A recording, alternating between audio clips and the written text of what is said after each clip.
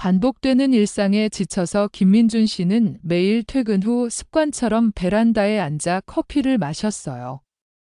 밤이 되면 하나둘씩 불이 켜지는 맞은편 동의 창문들을 보면서 그는 왠지 모르게 타인의 삶을 엿보는 듯한 기분을 느꼈거든요.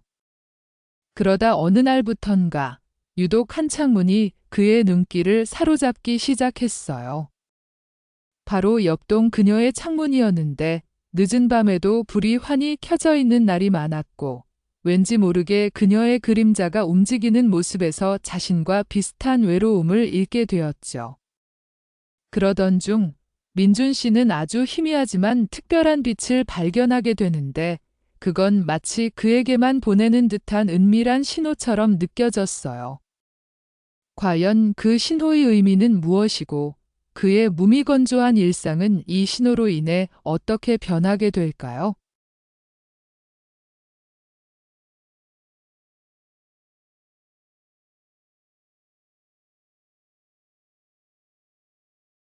안녕하세요. 저는 김민준이라고 해요. 별다를 거 없는 30대 직장인이죠. 매일 아침 출근해서 퇴근하고 똑같은 일상을 반복하면서 살고 있어요. 솔직히 말하면 좀 지루하고 외롭기도 하거든요. 퇴근 후에는요, 늘 그렇듯 베란다에 나가 따뜻한 커피 한 잔을 마시는 게 제 유일한 낙이에요.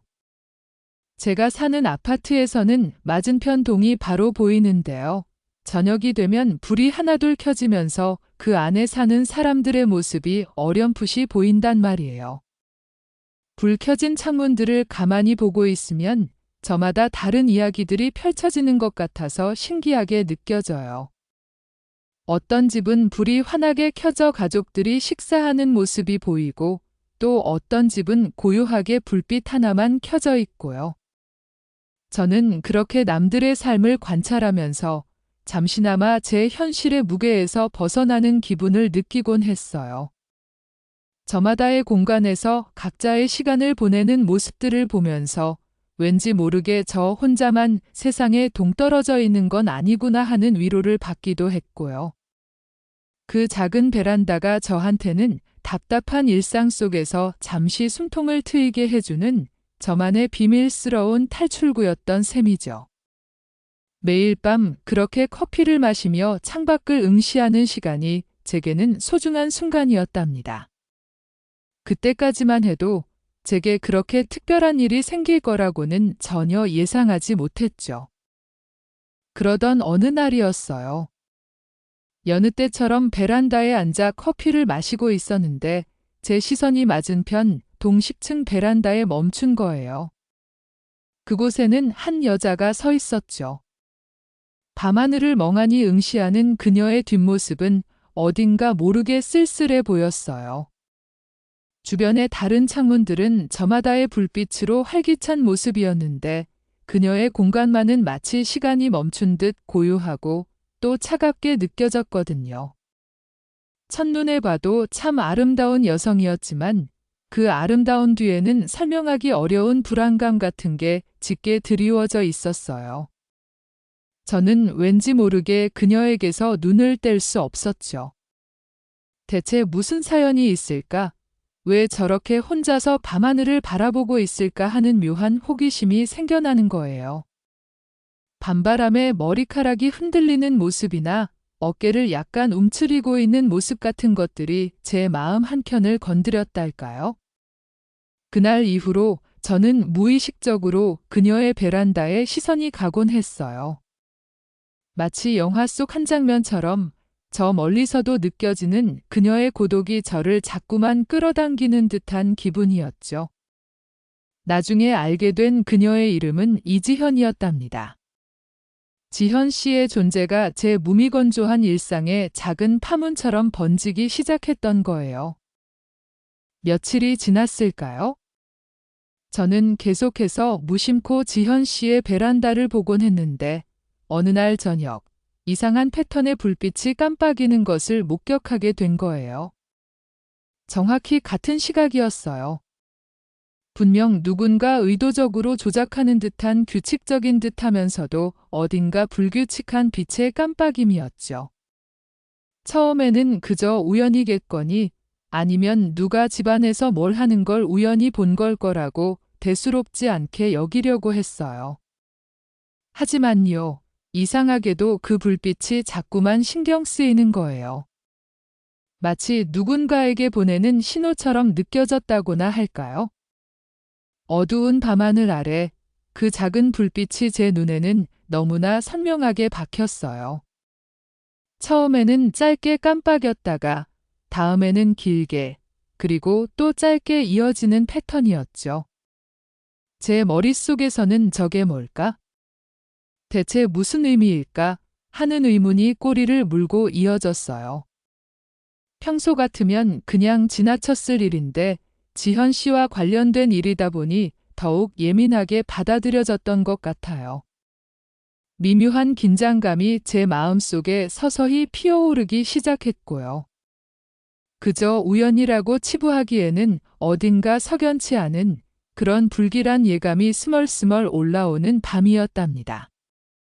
그날 밤 이후 저는 무의식적으로 지현 씨의 베란다를 관찰하는 버릇이 생겼어요. 일상생활을 하면서도 자꾸만 그쪽으로 시선이 향하는 거예요. 그리고 다음 날이었죠. 어제와 똑같은 시간에 그 이상한 불빛 신호가 다시 나타난 거예요. 이번에는 깜빡이는 불빛뿐만 아니라 베란다 창문 쪽에 특정 물건이 놓여지는 것까지 보였어요. 어제는 화분이었는데 오늘은 작은 인형 같은 게 놓여 있더군요. 그 순간 저는 직감적으로 깨달았어요. 이건 단순한 우연이 아니라는 것을요. 누군가 의도적으로 보내는 메시지일 거라고 확신하게 된 거죠. 제 머릿속에는 온갖 추측이 난무하기 시작했어요. 대체 누가, 왜, 그리고 무엇을 말하려는 걸까? 뭔가 심상치 않은 일이 지현 씨에게 벌어지고 있다는 강한 예감이 들었어요. 그전까지는 그저 타인의 삶을 관조하던 저였는데 이제는 그들의 이야기에 제가 직접적으로 발을 들여놓게 된 기분이었죠. 제 일상에 균열이 가기 시작한 순간이었어요. 호기심을 넘어선 불안감이 제 마음을 지배하기 시작했고 저는 더 이상 이 상황을 모른 척할 수 없다는 것을 분명히 알았답니다. 그 불빛과 물건들이 보내는 침묵의 외침이 제 귀에 선명하게 들리는 듯했어요. 무언가 잘못되었다는 확신이 들자 저는 더 이상 가만히 있을 수 없었어요. 그날부터 잠도 제대로 못 자고 온 정신을 쏟아 그 불빛과 물건들의 의미를 파악하려고 애썼죠. 혹시 모스 부호 같은 건 아닐까 싶어서 인터넷에서 모스 부호표를 찾아보고 아니면 다른 수신호 같은 게 있을까 싶어 관련된 정보들을 닥치는 대로 검색하기 시작했어요.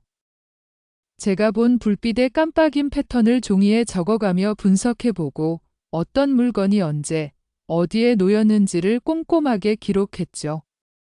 그 정보들을 조합해서 단순한 패턴을 넘어선 의미를 찾아내려고 혼신의 힘을 다했어요. 처음에는 너무 막연하고 어려웠어요. 이게 진짜 신호가 맞기는 할까? 내가 괜히 착각하는 건 아닐까 하는 회의감이 들기도 했지만 지현 씨의 불안해 보이던 모습이 자꾸만 떠올랐거든요. 몇 번이고 시도하고 실패하기를 반복했어요. 그렇게 밤늦게까지 씨름하던 중 저는 마침내 특정 불빛 패턴과 물건 배치가 반복되는 것을 발견하고 그것이 CHLP, 즉 도움이라는 단어와 유사한 패턴을 띠고 있음을 알아낸 거예요. 그 순간의 전율은 정말이지 잊을 수 없어요. 단순한 우연이 아니었음을 확인하는 순간이었고 제 가슴은 쿵쾅거리기 시작했죠. 지현 씨가 정말로 도움이 필요하다는 것을 깨달았던 거죠. 저는 제가 해독한 헬프라는 메시지를 보자마자 이 일을 누군가에게 이야기해야겠다고 생각했어요. 가장 먼저 떠오른 사람은 직장 동료이자 친한 친구인 박선영이었죠. 퇴근 후 선영이를 붙잡고 제가 베란다에서 목격한 일들, 지현 씨의 불안한 모습, 그리고 해독한 신호까지 모든 것을 다 털어놓았어요. 그런데 선영이의 반응은 제가 예상했던 것과는 많이 달랐어요. 그녀는 제 이야기를 들으면서 미간을 찌푸리더니 피곤에 찌든 제가 헛것을 보거나 상상하는 것이라며 대수롭지 않게 넘기는 거예요. 얘야, 민준아. 너 요즘 야근에 시달려서 좀 쉬어야 하는 거 아니야? 너무 피곤해서 헛것이 보이는 거라니까? 영화를 너무 많이 본 거 아니야? 하는 식으로 말이죠. 선영이는 제가 무슨 탐정이라도 된 양과대망상에 빠졌다고 생각하는 것 같았어요. 제 말에 진지하게 귀 기울여주지 않는 선영이에게 저는 큰 실망감을 느꼈어요. 동시에 아무도 제 이야기를 믿어주지 않는다면 제가 혼자서 이 모든 일을 감당해야 한다는 사실에 더욱 고립감을 느꼈죠. 답답함이 밀려왔고 저는 홀로 이 문제를 해결해야 한다는 부담감에 짓눌리기 시작했어요. 내가 정말 착각하는 걸까 하는 생각도 잠시 들었지만 지현 씨가 보낸 듯한 헬프라는 단어는 제 머릿속에서 떠나질 않았답니다. 이 싸움은 오롯이 저 혼자만의 싸움이 될 것 같았어요. 선영이의 냉담한 반응에도 불구하고 저는 지현 씨의 신호를 외면할 수 없었어요. 오히려 제가 혼자라는 생각에 더욱 지현 씨에게 집중하게 되었죠. 그리고 제 걱정은 현실이 되고 말았어요. 신호는 더욱 빈번하고 절박하게 이어졌어요. 불빛 패턴은 처음보다 훨씬 더 복잡해졌고 베란다에 놓이는 물건의 종류도 다양해졌죠. 마치 시간이 없어, 빨리 도와줘 라고 외치는 듯한 느낌이었어요. 그러던 어느 날 저녁이었어요. 저는 평소처럼 지현 씨의 베란다를 망원경으로 관찰하고 있었는데 베란다 안쪽에서 덩치 큰 남자의 그림자를 목격하게 된 거예요. 그 그림자는 지현 씨의 작은 몸을 위협하듯 베란다 안쪽을 가득 채우고 있었죠. 그리고 그 남자의 그림자 뒤에서 지현 씨가 잔뜩 겁에 질린 표정으로 저를 바라보는 순간이었어요. 그 눈빛은 마치 살려달라고 애원하는 듯한 절박함 그 자체였어요. 제 심장이 쿵 하고 떨어지는 기분이었죠. 공포와 함께 불길한 예감이 온몸을 휘감았어요. 이제는 단순한 호기심이나 의문이 아니라 명백한 위협 상황이라는 것을 깨달았어요. 저 그림자의 정체는 무엇이며 지현 씨는 대체 어떤 위험에 처해 있는 걸까? 제 손에 땀이 흥건하게 고였던 밤이었답니다. 그 남자의 그림자와 지현 씨의 겁에 질린 눈빛을 본 후 저는 더 이상 제자리에서 관찰만 하고 있을 수 없었어요. 저는 결국 아파트 경비실에 전화를 걸었어요. 옆동 10층에서 이상한 움직임과 소리가 들리는 것 같다. 혹시 무슨 일이 있는지 확인해 주실 수 있겠느냐 하고 조심스럽게 말했죠. 하지만 경비원의 반응은 저를 더욱 좌절하게 만들었답니다. 아, 네, 잠시 확인해 보겠습니다 하더니 잠시 후 다시 전화가 와서는 별다른 특이사항은 없는 것 같습니다. 가정집에서 나는 소리인 듯하니 너무 신경 쓰지 않으셔도 될 것 같습니다 라고 답하는 거예요. 너무나도 무관심하고 기계적인 말투에 저는 할 말을 잃었어요. 직접적인 증거가 없는 상황에서 그리고 저 멀리서 보고 듣는 이야기만으로는 그 누구도 제 말을 믿어주지 않는다는 현실을 다시 한번 깨달았죠.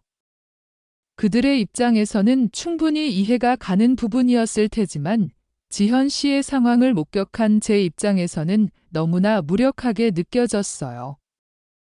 눈앞에서 벌어지는 명백한 위험 상황에 아무것도 할 수 없다는 것이 저를 더욱 좌절시켰습니다. 경찰에 신고하는 것조차 망설여지는 상황이었어요. 제가 잘못 신고해서 괜히 일을 키우거나 아니면 오히려 지현 씨를 더 위험하게 만들 수도 있다는 생각이 들었거든요. 저는 어둠 속에 갇힌 듯한 기분을 떨칠 수 없었답니다. 이 모든 무게가 저 혼자만의 어깨에 지워진 것 같았어요. 경비실의 외면은 저를 더욱 절박하게 만들었어요. 저는 이제 더 이상 조심스럽게 관찰하는 것만으로는 안 되겠다고 판단했죠. 결국 저는 망원경까지 동원해서 지현 씨의 아파트를 더욱 세밀하게 관찰하기 시작했어요. 위험하다는 생각도 들었지만 왠지 모르게 해야만 한다는 강한 충동에 사로잡혔던 것 같아요. 망원경으로 가까이 들여다보니 충격적인 장면들이 제 눈에 들어왔어요. 남자가 지현 씨에게 소리를 지르거나 거칠게 팔을 붙잡는 듯한 모습, 그리고 지현 씨가 잔뜩 위축되어 고개를 숙이고 있는 모습 같은 것들이요. 명백히 남성이 지현 씨를 억압하고 있는 상황이었죠. 저는 분노와 무력감에 휩싸였어요. 저러다 정말 큰일이라도 나는 건 아닐까? 불안감이 극에 달했답니다. 그렇게 한참을 망원경으로 지현 씨의 아파트를 응시하고 있었는데 바로 그 순간이었어요. 남자가 마치 무언가를 느낀 듯 갑자기 고개를 들어 제 베란다 쪽을 향해 싸늘하고 섬뜩한 시선을 보내는 거예요. 그 시선은 정확히 제가 있는 곳을 향하고 있었죠. 마치 내가 널 보고 있다라고 말하는 듯한 경고 같았어요. 심장이 철렁 내려앉는 기분이었고 온몸에 소름이 돋았어요. 들켜버렸다는 충격과 함께 이제 제가 위험해질 수도 있다는 사실에 극심한 공포가 밀려왔답니다. 베란다 창문을 사이에 두고 마치 사냥꾼과 먹잇감처럼 마주보게 된 상황이었던 거죠. 그 밤은 정말이지 악몽 같았어요. 그 남자의 싸늘한 시선에 밤새 잠을 설쳤던 것 같아요. 온몸이 땀으로 축축했고 불안감은 저를 짓눌렀죠. 다음 날이었어요. 여전히 불안한 마음으로 지현 씨의 베란다를 살피고 있었는데 이번에는 이전과는 또 다른 방식의 신호가 포착된 거예요. 깨진 화분 조각이 베란다 난간에 위태롭게 놓여 있거나 지현 씨가 베란다에 나와 손으로 특정 제스처를 취하는 모습이었죠. 예전처럼 불빛을 깜빡이거나 물건을 가지런히 놓는 방식이 아니었어요. 훨씬 더 조심스럽고 동시에 훨씬 더 의미심장하게 느껴졌달까요? 저는 혼란에 빠졌어요. 이 신호가 대체 무엇을 의미하는 걸까? 남자의 감시하에 보내는 경고일 수도 있겠다는 생각이 들었어요. 이제 더 이상 날 지켜보지 마. 나도 위험해질 수 있어 하고 말하는 것 같았죠. 하지만 동시에 내가 지금 더 위험해졌으니 빨리 나를 도와줘라는 더욱 절박한 도움 요청일 수도 있겠다는 강한 예감도 들었답니다. 그 두 가지 가능성 사이에서 저는 극심한 혼란에 빠졌어요. 지현 씨가 깨진 화분 조각을 놓을 때의 그 떨리는 손끝이나 제스처를 취할 때의 미묘한 표정이 자꾸만 눈앞에 아른거렸거든요. 어떤 쪽이든 그녀의 상황이 더욱 위험해졌다는 것만은 확실했어요. 이제는 정말 무엇이든 해야 한다는 긴박감이 제 온몸을 감쌌답니다. 지현 씨의 새로운 신호와 그 남자의 위협적인 시선은 저를 더욱 궁지에 몰아넣는 듯했어요. 더 이상 단순한 관찰자의 입장에 머물러서는 안 되겠다고 생각했죠. 저는 결국 지현 씨의 아파트 호수를 어떻게든 알아내서 인터넷 검색을 시작했어요. 이 아파트 10층 여성, 베란다 신호 같은 키워드들로 검색을 해보기도 했고요. 그리고 얼마 지나지 않아 충격적인 사실을 발견하게 된 거예요. 우연히 오래된 뉴스 기사 하나를 찾아냈는데 지현 씨가 과거 가정폭력 피해자였다는 내용이었죠. 기사 속에는 그녀의 힘겨웠던 사연이 담겨 있었어요. 그리고 그 남자의 정체도 밝혀졌어요. 그는 지현 씨의 전 남편이었고 이혼 후에도 끊임없이 그녀를 스토킹하고 협박하며 괴롭히고 있었다는 사실을 알게 된 거예요. 기사를 읽으면서 저는 지현 씨가 왜 그렇게 쓸쓸하고 불안해 보였는지, 왜 경비실이나 경찰에 신고하지 못하는지에 대한 모든 의문이 풀렸어요. 아마 신고를 해도 별다른 조치 없이 풀려나 다시 찾아와 보복할까봐 두려워했던 거겠죠. 제 마음속에는 지현 씨를 향한 깊은 연민과 동시에 그 전 남편을 향한 끓어오르는 분노가 치밀어 올랐어요. 이 모든 상황이 너무나 명확해졌고 저는 이제 더 이상 이 진실을 외면할 수 없다는 것을 깨달았답니다. 이 지옥 같은 상황에서 그녀를 구해줘야만 했어요. 지현 씨의 과거와 전 남편의 악행을 알게 된 순간 저는 더 이상 한 발 물러서 있을 수 없었어요. 외면할 수 없는 명백한 위험 상황이었고 제가 유일하게 그녀를 도울 수 있는 사람이라는 강한 사명감이 들었죠. 저는 직접 행동하기로 결심했어요. 이번에는 제가 지현 씨에게 응답할 차례였어요. 저는 밤늦게까지 고민한 끝에 제 베란다에 메시지를 담은 물건을 놓거나 불빛으로 그녀에게 신호를 보내기로 했죠. 예를 들면 경찰이나 도와줄게와 유사한 패턴의 불빛을 깜빡이거나 밝은색 천을 난간에 걸어두는 식으로요. 혹시라도 남자가 볼까봐 무척이나 조심스럽고 은밀하게 움직였어요. 제 신호가 제대로 전달될지 그녀가 알아볼 수 있을지 무척이나 불안했지만 동시에 희망을 잃지 않으려 노력했죠. 그리고 마침내 제가 보낸 신호를 지현 씨가 본 것 같았어요. 그녀는 잠시 제 베란다를 응시하더니 아주 미세하게 고개를 끄덕이거나 손짓으로 반응을 보였답니다. 그 작은 반응이 제게는 엄청난 용기와 희망을 주었어요. 아, 내 신호가 헛되지 않았구나. 지현 씨가 알아봤어 하고 생각하니 눈물이 핑 돌더라고요. 우리가 서로 연결되어 있다는 것을 확인하는 순간이었고, 저는 더욱 강하게 그녀를 지켜야겠다는 결의를 다졌어요. 이제는 저와 지현 씨 사이에 보이지 않는 다리가 놓인 기분이었죠. 제가 지현 씨에게 보내는 신호가 효과가 있었던 건 기뻤지만, 동시에 위험도 커지고 있다는 것을 느꼈어요. 남자는 제가 보내는 신호를 눈치챈 듯 했어요. 제 아파트 쪽을 향해 노골적인 시선을 보내는 일이 잦아졌고 심지어는 제가 사는 동네 주변을 배회하는 모습까지 포착됐답니다. 처음에는 우연이라고 생각했지만 몇 번이고 반복되자 저를 감시하고 있다는 확신이 들었죠. 한 번은 퇴근길에 아파트 단지 입구에서 남자를 마주칠 뻔하기도 했어요. 저는 급히 몸을 숨겼지만 그 순간의 공포는 정말이지 말로 다 할 수 없을 정도였어요. 두려움이 제 몸을 감쌌지만 동시에 지현 씨를 지켜야 한다는 사명감은 더욱 커졌답니다. 여기서 물러서면 안 돼. 내가 아니면 누가 지현 씨를 도와줄까 하는 생각뿐이었어요.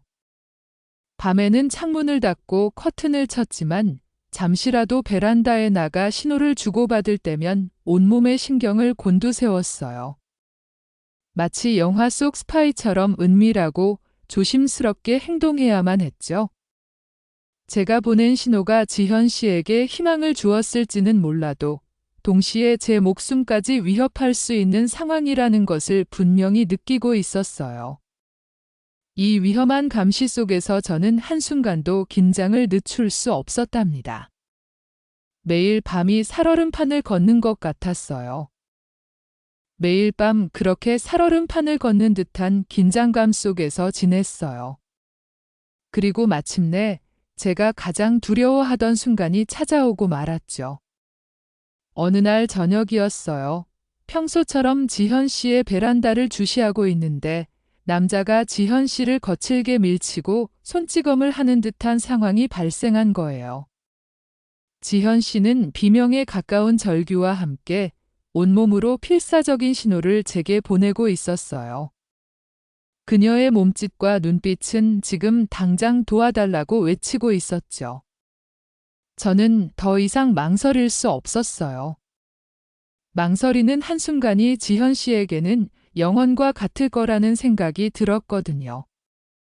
떨리는 손으로 곧바로 112에 전화를 걸어 가정폭력 의심 신고를 했어요. 옆동 10층에서 폭력이 벌어지고 있다. 여성의 비명소리가 들린다고 다급하게 설명했죠. 그리고 신고와 동시에 제가 할 수 있는 가장 직접적인 행동을 취했어요. 베란다 창문을 활짝 열고 최대한 큰 소리로 "거기 뭐 하는 거야? 경찰 불렀다." 하고 소리를 질렀어요.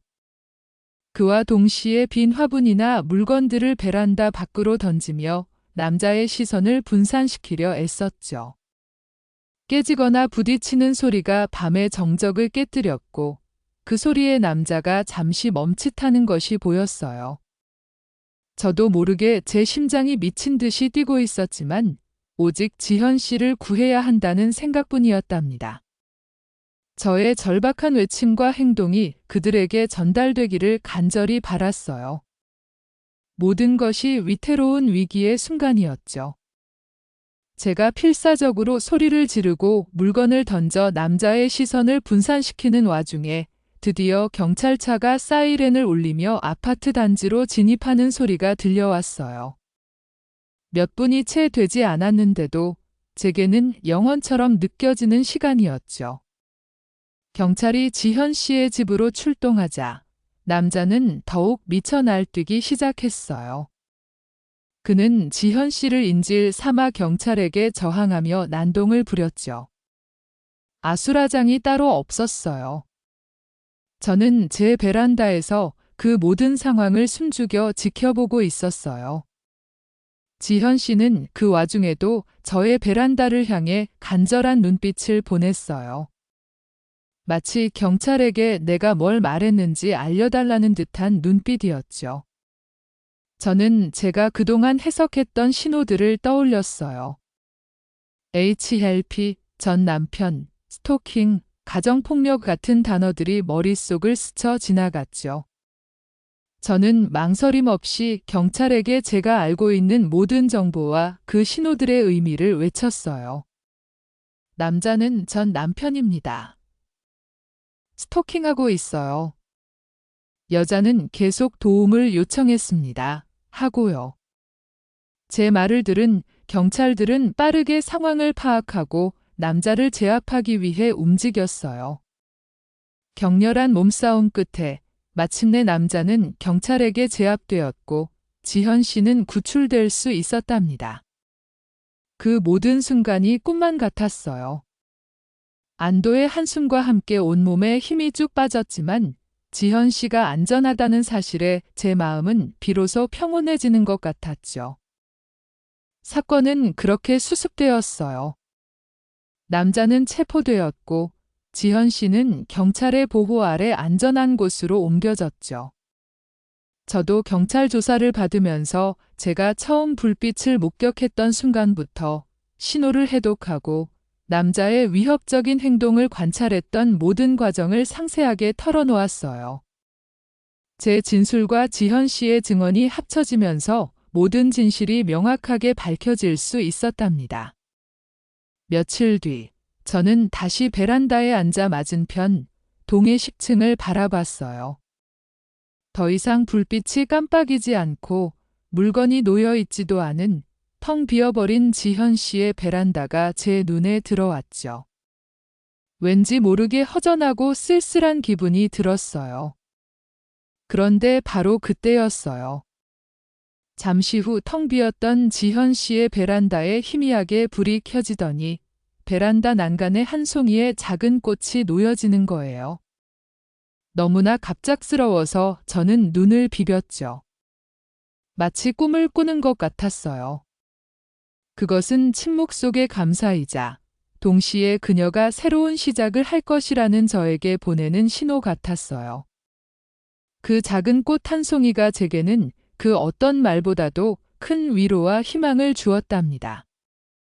우리는 서로에게 아무런 말도 건네지 않았지만 그 꽃 한 송이로 모든 마음이 전해지는 것 같았어요. 그녀가 보내는 마지막 감사와 새로운 시작을 알리는 듯한 아름다운 신호였죠. 사건이 끝나고 지현 씨가 떠난 후 저는 다시 평범한 일상으로 돌아왔어요. 출근하고 퇴근하고 베란다에 앉아 커피를 마시는 반복되는 삶은 여전했죠. 하지만 저의 시선은 더 이상 예전처럼 외롭지 않았어요. 베란다 너머의 세상에 대한 저의 인식은 이전보다 훨씬 넓어졌고, 이제는 무관심했던 타인의 삶에 관심을 가질 수 있는 용기를 얻게 되었거든요. 그 불빛 신호와 한 송이 꽃이 제 삶을 완전히 바꿔놓았다고 해도 과언이 아니었어요. 제가 단순한 관찰자에서 누군가의 삶에 적극적으로 개입하고 또 그를 통해 한 사람을 구하는 경험을 하면서 제 안에 무언가가 성장했던 거죠. 더 이상 세상에 저 혼자 동떨어져 있다는 생각도 들지 않았어요. 우리 주변에는 알게 모르게 서로 연결되어 있는 사람들이 있고 작은 관심과 용기가 누군가의 삶을 바꿀 수도 있다는 것을 깨달았거든요. 어느 날이었어요. 저는 베란다에서 우연히 마주친 옆집 이웃에게 먼저 따뜻한 인사를 건넸어요. 안녕하세요. 제 입에서 나온 그 한마디는 단순한 인사가 아니었죠. 그것은 제가 겪었던 모든 경험과 이제는 더욱 넓어진 마음을 담은 저만의 새로운 시작을 알리는 작은 신호였답니다. 지현 씨가 저에게 보냈던 그 신호처럼 저도 이제 다른 누군가에게 따뜻한 관심을 보낼 수 있는 사람이 된 것 같았어요. 제 베란다는 더 이상 외로운 탈출구가 아닌 세상을 향해 열린 따뜻한 창문이 되었답니다.